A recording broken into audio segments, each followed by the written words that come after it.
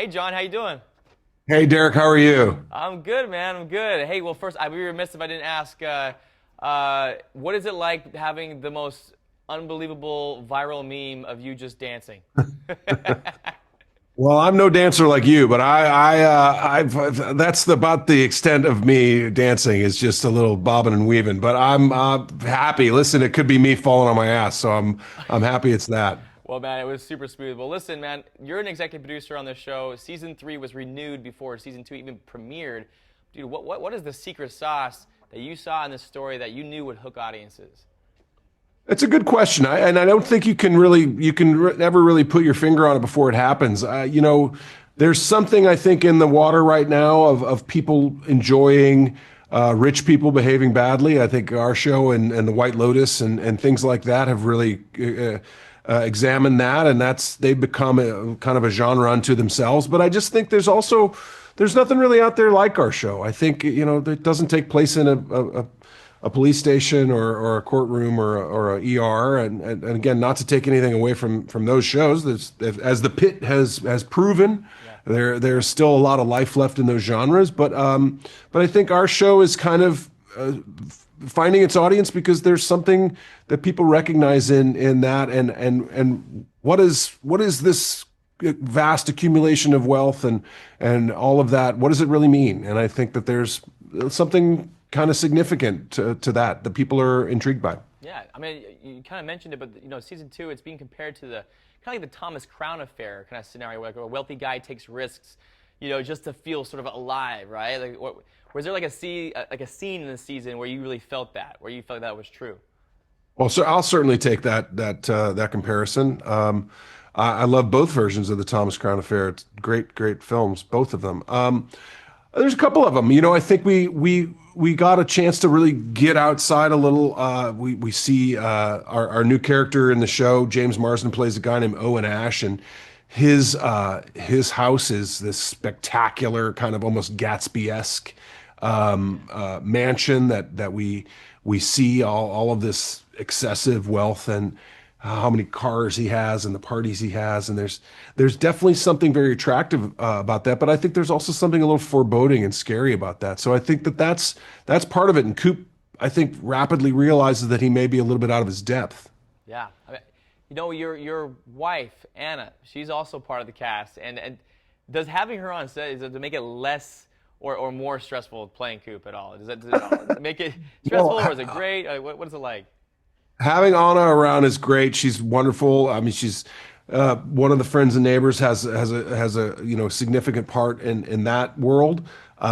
It's great. It's great to go to work together. We can bring the dog. We can hang out. It's nice to have someone to eat lunch with and do scenes with. It's a family affair. It's really nice. I love it. I work with my wife as well, and I love it, man. I love it. It's fantastic. It's great. Yeah. Yeah, it's the best. It's the best. You mentioned James Marsden.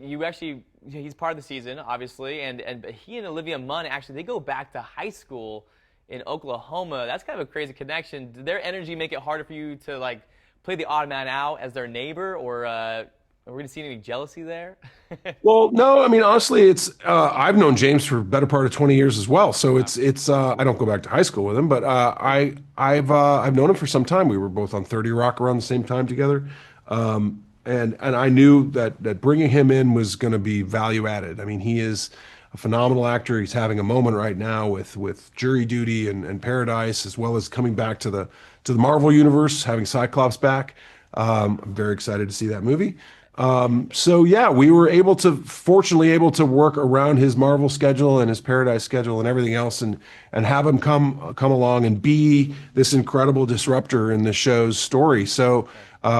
It was a great pleasure to get to work with them. I know it was a real fun coincidence that having Olivia having that incredible history with him as well. So that's amazing. I mean, I can't imagine being little Olivia Munn in middle school in Oklahoma City and whatever. I mean, you can imagine what James Marsden probably looked like in high school. So that was probably pretty great Probably for her. exactly the same as he does now. That guy doesn't age, man. I don't know. He doesn't age. It's It's bizarre. insane. Listen, man, you're such a phenomenal actor, but also you're hilarious. Like you're such a funny man. You're also a vet on an SNL. They just did one they opened one up in the UK, right? They started a Saturday Night Live in the UK. Are you going to be making any sort of appearances there on that show? I don't know. I haven't even seen it. I watched Tina's monologue.